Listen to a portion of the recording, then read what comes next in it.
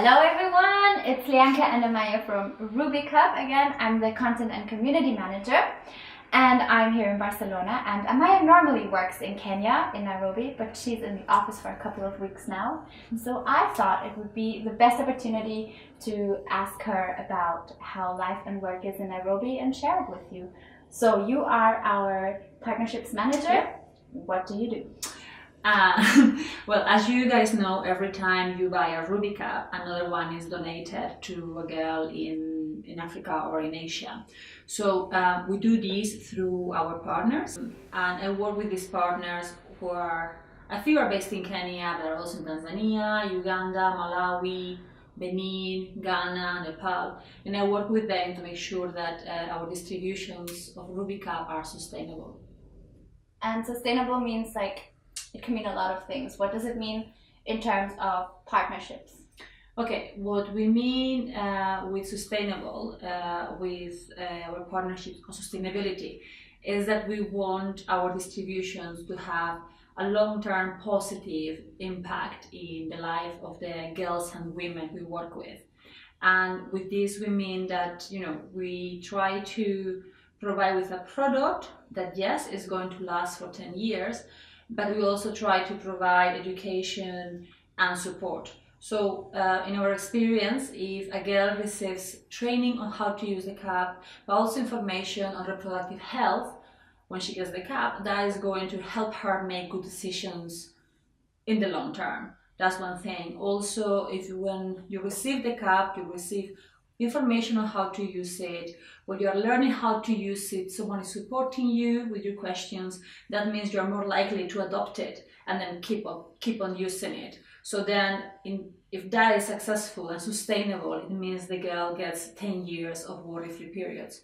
And that's our aim, and that's what we refer to when we talk about sustainable distributions. Yeah, so the sustained support is a key factor in all our collaborations. Yes, because imagine anyone in the world, right? You start using a menstrual cup, you start using any new thing in your life, and it takes some time to get used to it, to get the hang of it. But like myself, first time I used my menstrual cup, I couldn't get it out. So full disclosure. But I went online and I stopped pulling and start pinching. So I had a resource to give me that support. Or I could have call Lianka or email the Ruby Cup company or something. But very often these girls don't have the same resources. So what we have to ensure is that they have access to that support.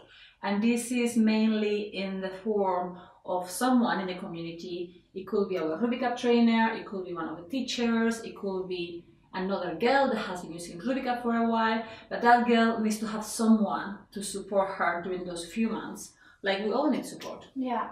So, and how do you make sure that the girls get access to someone who is there to answer all of their menstrual cup questions or Ruby Cup questions in general?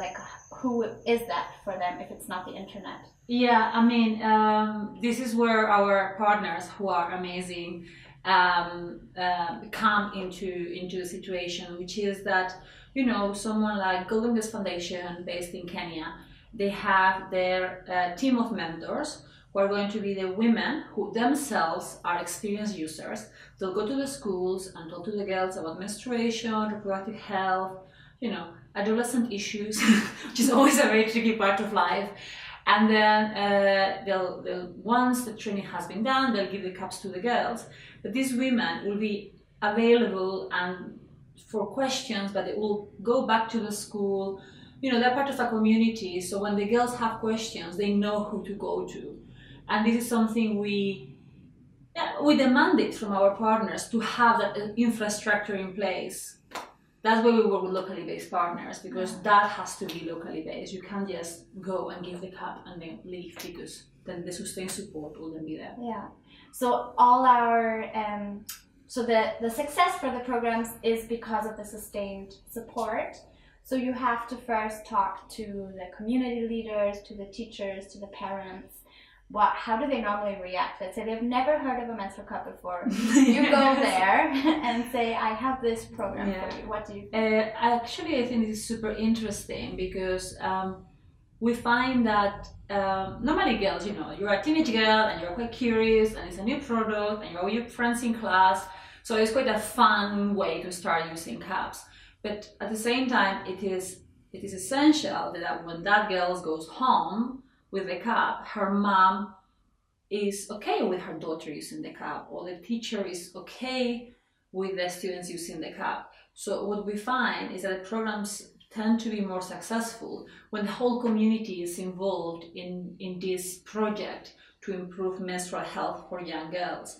So very often the introduction of Ruby Cup in a community starts by the adults, the men, the religious leaders, the doctors, the head teachers, and so on.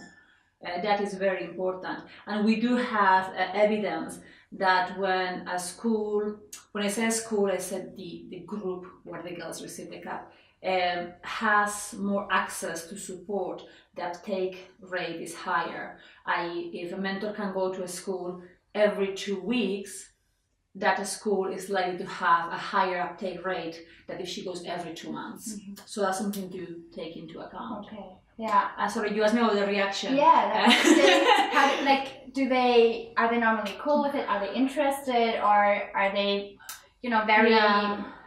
This is a product that you introduce into the vagina. No, we won't do this. We have a bit of everything, to be honest. Like, for example, I'll say somewhere like Nairobi. We have so many people in Nairobi using the cup, and we've been in Nairobi for 5 years. So then people normally have heard of it, and they are curious, but it's not super, super new. But sometimes we go somewhere, like a very rural area, and they have never seen a menstrual cup. Mm-hmm. So, naturally, understandably, they are a bit reluctant because they want to know if the product is safe, because they want their daughters, the girls, to be safe. They want to know how is it going to impact on the virginity and the hymen and so on. We made a video about that already, where the last time you were here, because I took a Maya and I said, well, we get questions from you actually asking how do we deal with the topic of virginity and hymens, and well, I'll link it somewhere. And so anyway, they have many questions about it. They want to know, has this product been in use for a long time? Is it safe? Who else is using it? They have many questions about it, and I think it's very important to be there to answer those questions. And I think, generally speaking, if you're very forthcoming and you're talking to people and you're very open, and people realize that it's about addressing a very essential need rather than trying to test the product or something like that, I think that usually people are very lovely and they want to help the girls. So yeah. Does it help when you say, I use a cup and it changed my life?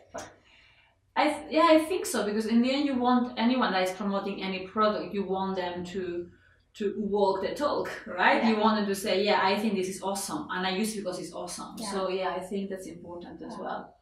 I think it's one of the good things that I love about Ruby Cup and our programs is the same cups that we use are the ones that we send to the program. So that question, they always ask the same question, when they say, and this product, where does it come from? And we go online and we show, look, this product is on our online shop and it's being sold all over the world. They always ask, is it the same product that you are going to distribute? And it is exactly the same product. Yeah. And did a collaboration ever not happen because the community leaders decided that they don't want to go with a menstrual cup because they think it's bad for them? It's not I wouldn't say something that happens very often, to be honest, but we had a case where in an organization based in a Western country, they wanted to implement a Ruby Cup program in an African country, and then it turns out that the community center that was based in the field, they said, we don't want it. We don't want to have menstrual cups. So that's what we said, well, then it's fine. We completely respect that. We directed them to other sustainable solutions. And of course, it's just if you don't want to use a menstrual cup, we never force anyone to No, it's always choice. Cup. We do the training, we explain what it is, and then we say who wants to try it. And we make a massive point on that, because I think Ruby Cup is about giving women the choice to manage their periods with dignity and in the way that works best for them. So it will be completely not compatible with our values to say you have to use it because I like it. Yeah, because we know it's the best solution. Yeah, exactly. If they're not open to using it, and if it causes more harm than good in, for example, not being accepted in their community, then we say okay. Yeah, I mean, I must say it doesn't happen so often. Reception is usually very good.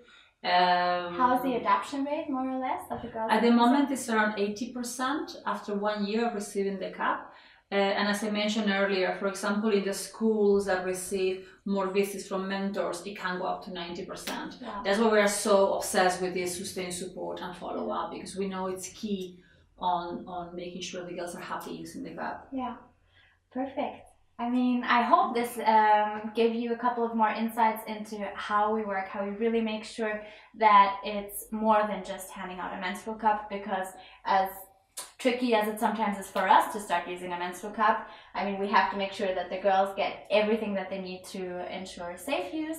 And you can follow us on Instagram and Facebook and Twitter and sign up to the newsletter. I will, again, link everything everywhere, and then you will get photos and video updates, and we'll make a video next time Amaya is in town. So let us know if you have any more questions. And so then, see you soon. Thank you, bye.